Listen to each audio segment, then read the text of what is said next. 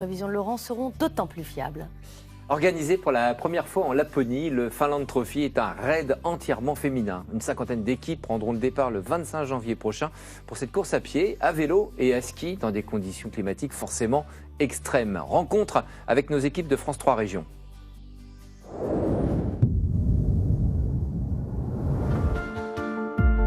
Ici, au Champ du Feu en Alsace, avec le froid, la neige et le soleil, les conditions climatiques sont idéales pour ces trois sportives en plein entraînement avant le Finland Trophy. Ce raid 100% féminin se déroulera sur 3 jours en Laponie, dans des conditions extrêmes. Ce qui peut faire le plus peur, c'est la météo. Avec le soleil, là, c'est l'idéal, c'est magnifique, on en profite à fond. C'est vrai qu'avec le mauvais temps, du coup, on va plus subir qu'en profiter. Donc c'est la météo qu'on craint le plus. Après, les épreuves, il suffit d'adapter le rythme, de bien être préparé. Au total, 60 km à parcourir en plusieurs épreuves, 17 km de course à pied, 35 de vélo et 8 de ski de fond. Un vrai défi pour les trois amies qui s'apprêtent à affronter des températures qui peuvent descendre à moins 40 degrés.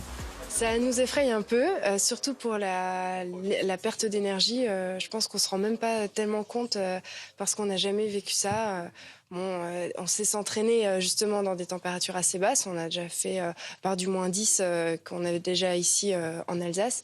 Mais là, quand on entend moins 40, moins 50, je pense qu'on réalise pas du tout à quel point ça va être difficile.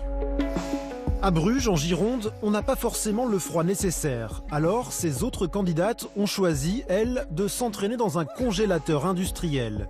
Ici, dans les rayons des produits surgelés, le thermomètre affiche moins 25 degrés. J'ai pas froid. En soi, j'ai pas froid.